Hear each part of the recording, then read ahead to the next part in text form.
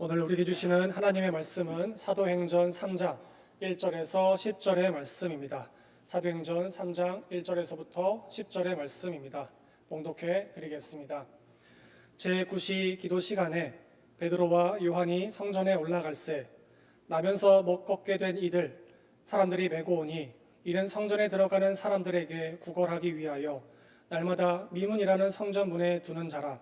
그가 베드로와 요한이 성전에 들어가려 함을 보고 구걸하거늘 베드로가 요한과 더불어 주목하여 이르되 우리를 보라 하니 그가 그들에게서 무엇을 얻을까 하여 바라보거늘 베드로가 이르되 은과 금은 내게 없거니와 내게 있는 이것을 내게 주노니 나사렛 예수 그리스도의 이름으로 일어나 걸으라 하고 오른손을 잡아 일으키니 발과 발목이 곧 힘을 얻고 뛰어 서서 걸으며 그들과 함께 성전으로 들어가면서 걷기도 하고 뛰기도 하며 하나님을 찬송하니 모든 백성이 그 걷는 것과 하나님을 찬송함을 보고 그가 본래 성전 미문에 앉아 구걸하던 사람인 줄 알고 그에게 일어난 일로 인하여 심히 놀랍게 여기며 놀라니라.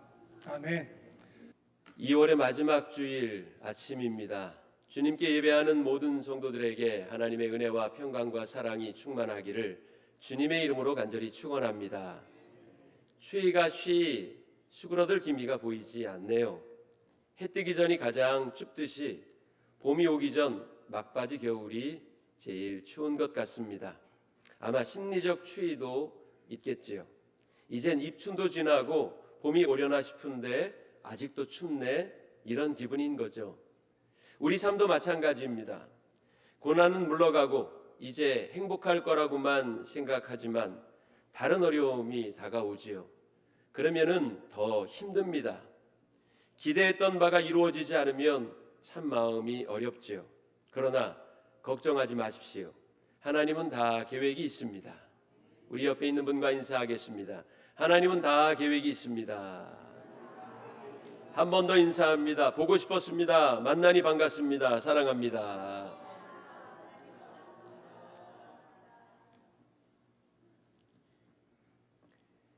자, 오늘 말씀의 제목은 무엇을이 아니라 이것을입니다. 예루살렘 성전에 여러 문이 있는데 그 중에 미문이라고 불리는 문이 있었습니다. 영어로 하면 Beautiful Gate입니다. 이 미문은 성전 바깥들과 안뜰의 경계에 위치하고 있고 노수로 만들어졌습니다. 예루살렘 성문 중에서 가장 아름답다 해서 Beautiful Gate, 즉 미문이라고 불립니다. 그리고 다른 말로는 황금문으로 불리기도 합니다. 햇빛이 비쳐서 노시 반짝되면 그것이 마치 금으로 된 것과 같다 해서 황금문이라고 불리어졌던 것 같습니다. 그 아름다웠던 곳 미문에서 오늘 일어난 진짜 아름다운 일을 소개하려고 합니다. 9시 기도 시간이었습니다. 베드로와 요한이 성전에 기도하기 위해 성전을 향했습니다. 미문에 도착했을 때 거기 한 사람이 구걸하고 있었지요. 행색만 남루한 것이 아니라 그는 걷지 못하는 장애인이었습니다. 그것도 후천적 장애인이 아니라 나면서부터 장애인으로 태어나서 한 번도 걸어보지 못한 비련한 사람이었습니다. 장애가 있어서 정상적인 삶을 영위할 수 없었고 한 끼 식사를 걱정해야 할 정도로 가난했습니다. 그가 구걸한 건 그날만이 아니었겠지요. 사람들이 그를 매일 성전 미문 앞에 데려다 놓았다고 했습니다. 그리고 그는 오가는 사람들에게 한 푼의 적선을 구걸했습니다. 가련하고 불쌍한 인생 그 자체였습니다. 그날도 언제나 하던 대로 베드로와 요한에게 한 푼의 동전을 요구하고 있었습니다. 당시 풍습에 의하면 성전에 드나드는 사람들은 성전에 바칠 예물 외에 성전에 가기 전까지 만나는 어려운 사람들을 도와줄 돈을 따로 가지고 다녔다고 했습니다. 유대인들은 ጼ다카라고 해서 가난한 자를 돕기 위한 의무적 자선을 행했습니다. ጼ다카는 유대인이 지켜야 하는 613개의 계명에 속한 의무였습니다. 성전에는 쿠파라고 하는 헌금함이 놓여 있었고 그곳에 모이는 돈은 가난한 자, 헐벗은 자, 굶는 자들을 위한 비용으로 쓰여졌습니다. 가난한 유대인들은 누구나 14끼 분량의 돈을 언제나 그 쿠파 헌금함에서 자유롭게 꺼내 쓸 수 있었다고 합니다.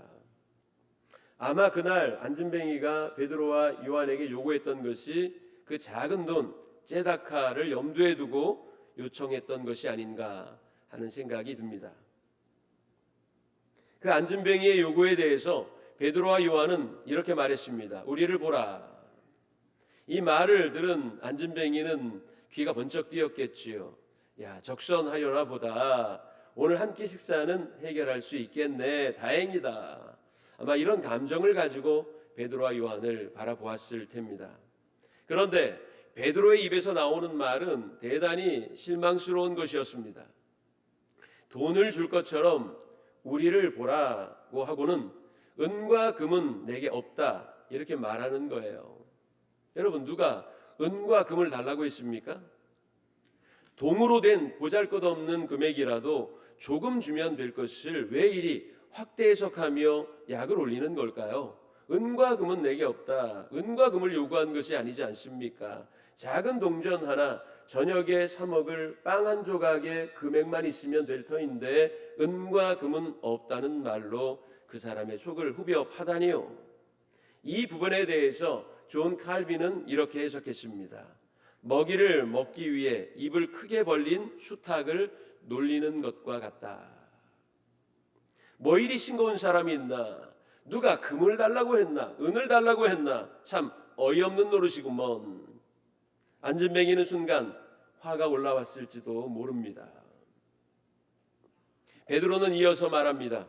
은과 금은 내게 없다. 그렇지만 내가 가진 더 좋은 게 있다. 그것을 너에게 주려고 한다. 나사렛 예수의 이름으로 일어나 걸으라. 이제 내 손을 붙잡으라.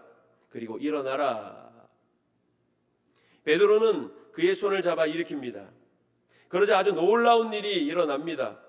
상상을 뛰어넘는 일, 그야말로 기적이었어요. 태어나서 한 번도 걷지 못하던 그가 일어나 걷기 시작합니다. 뛰기도 했습니다.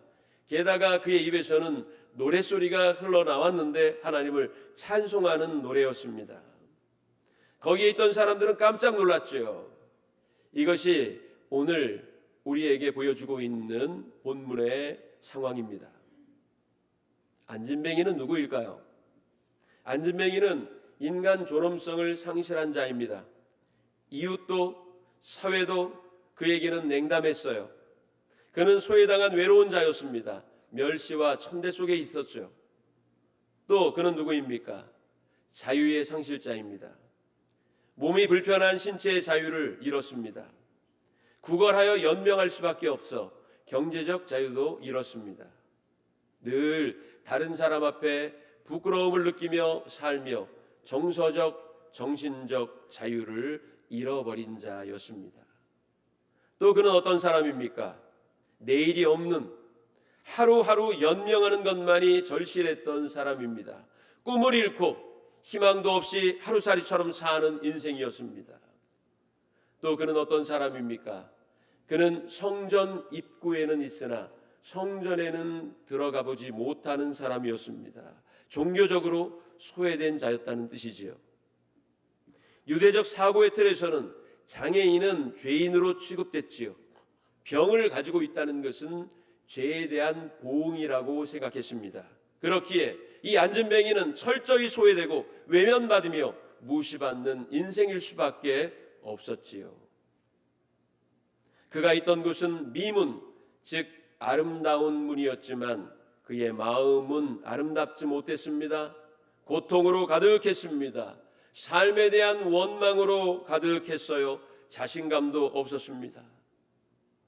죄가 관영한 세상에 태어나 죄 가운데 살다가 죄 가운데 죽어 멸망할 수밖에 없는 인간이 바로 이 안진뱅이의 모습입니다.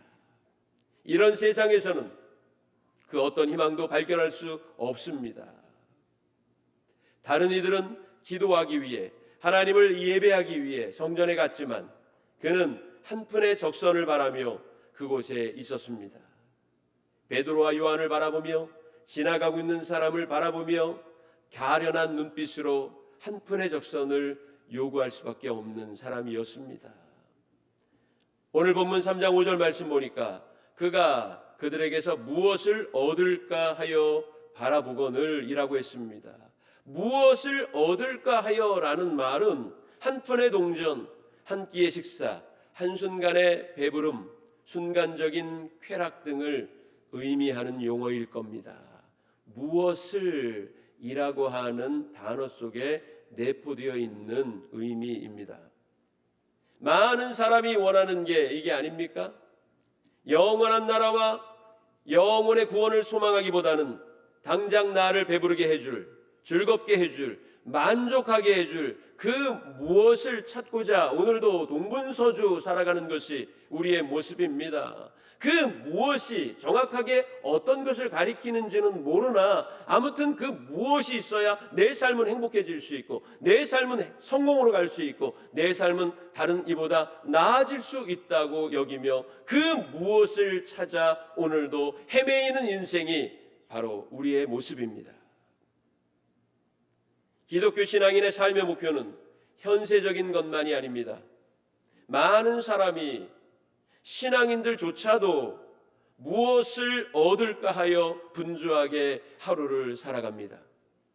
원하는 것을 얻어보아도 그것은 궁극적 행복이 아니기에 마치 수가성 야곱의 우물에 매일 물을 기르러 왔던 여인의 마음속에는 행복이 없이 늘 공허함과 허무함만이 있었듯 우리는 세상에서 좋은 것이라고 여겨지는 것들을 얻어보아도 그것이 우리를 궁극적인 행복에 이르지 못하게 합니다. 그래서 우리는 하루의 행복을 위해 영원을 포기하는 어리석음을 범하지 말아야 하겠습니다. 하나님의 자녀들은 가치 지향적인 삶을 추구합니다. 여러분의 삶의 목적과 방법이 정말 가치 있는 것인가를 스스로에게 매일 물을 수 있어야 합니다. 그렇지 않으면 우리는 미문에 앉아서 구걸하던 거지와 다를 바가 없습니다. 여러분에게 묻겠습니다. 여러분의 한 주간의 삶이 하늘의 소망을 추구하는 삶이셨습니까? 아멘 소리가 너무 적네요.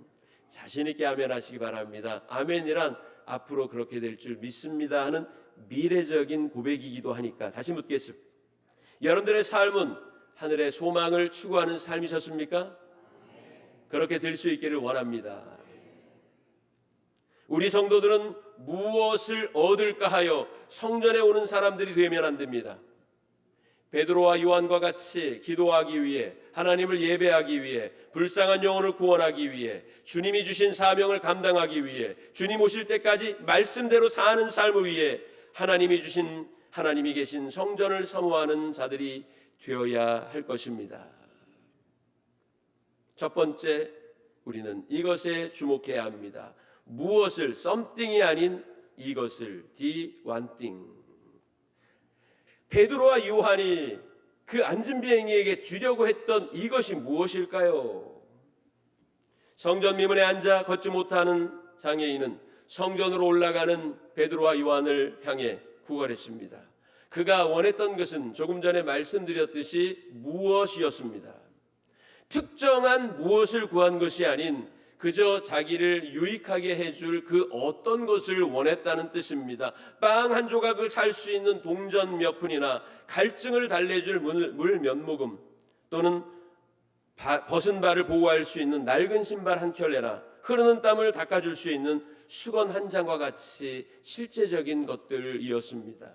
물론 이런 것들이 우리의 삶에 있어 불필요한 것이 아닙니다. 필수 불가결, 즉 없으면 안 되는 것들입니다. 그러나 우리는 그런 것들만 추구하며 바라며 살아가는 자들이 아닙니다.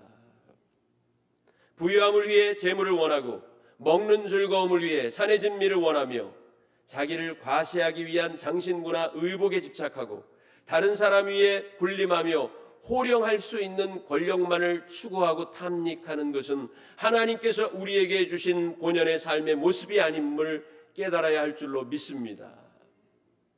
성경은 우리에게 알려주고 있습니다. 야고보서 4장 13절 14절 말씀 보니까 들으라 너희 중에 말하기를 오늘이나 내일이나 우리가 어떤 도시에 가서 거기에 1년을 머물며 장사하여 이익을 보리라 하는 자들아 내일 일을 너희가 알지 못하는도다. 너희 생명이 무엇이냐 너희는 잠깐 보이다가 없어지는 안개니라. 할렐루야. 이 세상에서의 삶은 영원하지 않아요. 언젠가는 마지막을 맞이할 때가 온단 말씀입니다. 그렇게 우리는 지극한 미련과 지극한 아쉬움을 세상에 두고 살면은 안 되겠습니다. 유한한 인생이 무한한 삶을 얻게 될 수 있는 길은 영원한 삶의 창조주이시며 주관자이신 예수 그리스도를 만나는 일뿐입니다. 요한복음 11장 25절 26절 말씀 보니까 나사로의 무덤 앞에서 예수님은 말씀하셨습니다. 예수께서 이르시되 나는 부활이요 생명이니 나를 믿는 자는 죽어도 살겠고 무릇 살아서 나를 믿는 자는 영원히 죽지 아니하리니 이것을 내가 믿느냐. 할렐루야. 성도들은 세상 가치와 인간의 탐욕 속에 묻혀 살며 무엇이든 나를 이롭게 해줄 무언가 무엇을 찾는 자들이 아닌 진정한 삶과 영생의 길을 제시해 주신 예수 그리스도, 그리고 그가 사람들에게 제시해 주신 구원의 길인 십자가 능력, 바로 이것을 추구하며 살아야 합니다. 베드로는 그에게 이것을 내게 준다고 했습니다. 이것은 안진뱅이가 원했던 무엇을 하고는 비교할 수 없을 만큼 귀한 거였습니다.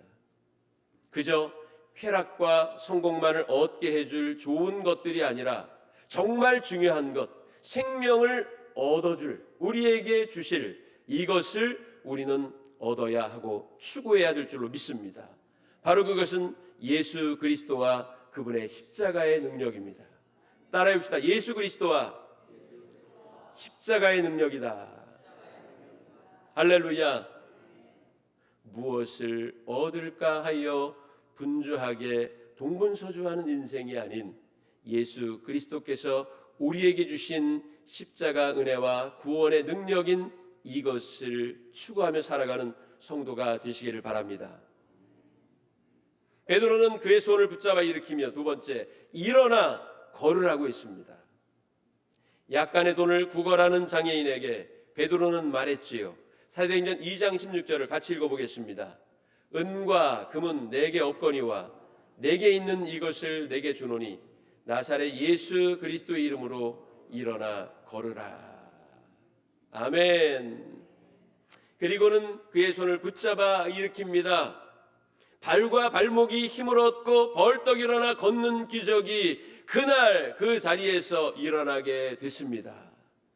그는 걷다가 뛰다가 성전으로 들어가 하나님을 찬송하는 등 기쁨을 만끽합니다. 만약에 한 푼의 돈만이 그의 손에 쥐어졌었더라면 그는 그 한 푼의 돈으로 저녁 식사 한 끼는 해결할 수 있었을지언정 그의 다리는 영영 고치지 못했을 뿐만 아니라 영생의 비밀도 발견하지 못하다 살고 죽었을 것입니다. 한 푼의 동전을 얻는 것이 중요합니까? 아니면 벌떡 일어나 걸을 수 있도록 고침받는 게 중요합니까? 이 질문은 우문입니다. 어리석은 질문이지요. 누구나가 한 푼의 동전보다는 영원한 생명을 원한다고 대답할 겁니다. 그러나 실제 삶에 있어서 우리가 집착하고 주목하는 것이 어떤 것인지를 바라볼 수 있어야 합니다. 많은 사람이 일어나 걷는 기적을 체험하지 못한 채 오늘도 한 푼의 물질, 한 푼의 정욕, 여기에 정신과 마음 그리고 혼을 빼앗긴 채 맹목적으로 살아가고 있습니다. 성경은 우리에게 일어날 것을 요구하며 선포합니다. 베데스다 연못가에 있던 38년 된 병자에게 예수님은 일어나 내 자리를 들고 걸어가라고 요한복음 5장 8절에 말씀하셨고, 친구들의 도움으로 지붕에서 내리워졌던 중풍병자에게도 일어나 내 침상을 가지고 집으로 가라고 했으며, 숨이 끊어진 회당장 야이로의 딸을 향해서도 그 아이의 손을 잡고 이르시되 달리 다굼하시니, 번역하면 내가 내게 말하노니 소녀야 일어나라 하시니라. 할렐루야. 성경은 우리에게 온통 일어날 것을 요구하며 일어날 것을 명령하고 있습니다. 우리는 모두 일어나 함께 걸어야 합니다. 안일함 속에 자리를 잡고 앉아 세상의 헛된 욕망이나 바라던 그 자리를 둘둘 말아 던져버리고 예수 그리스도의 말씀과 명령을 듣고 일어나서 복음의 삶을 향해 전진할 수 있어야 하겠습니다. 주께서는 일어나 걸으라 하시며 오른손을 잡아 일으키시고 발과 발목에 새 힘을 공급하여 주십니다. 오늘 이 시간 예수 그리스도의 명령을 듣고 일어나시기를 바랍니다. 그리고 하나님이 우리에게 주신 복음의 능력을 이루며 복음의 능력을 느끼며 또한 복음의 능력으로 살아가는 성도들이 되시기를 바랍니다. 세 번째 마지막입니다. 이것을 경험한 사람은 어떻게 변화되었을까요? 말씀드렸지만 발과 발목이 힘을 얻었다고 했습니다. 이제는 세상 물질과 탐욕, 권력에 주저앉아 있는 인생이 아니라 발과 발목에 힘을 얻고 주님께서 우리에게 주신 세계를 향하여 달려갈 수 있는 능력의 사람이 된 것입니다. 일어나 걷고 뛰었다고 했습니다.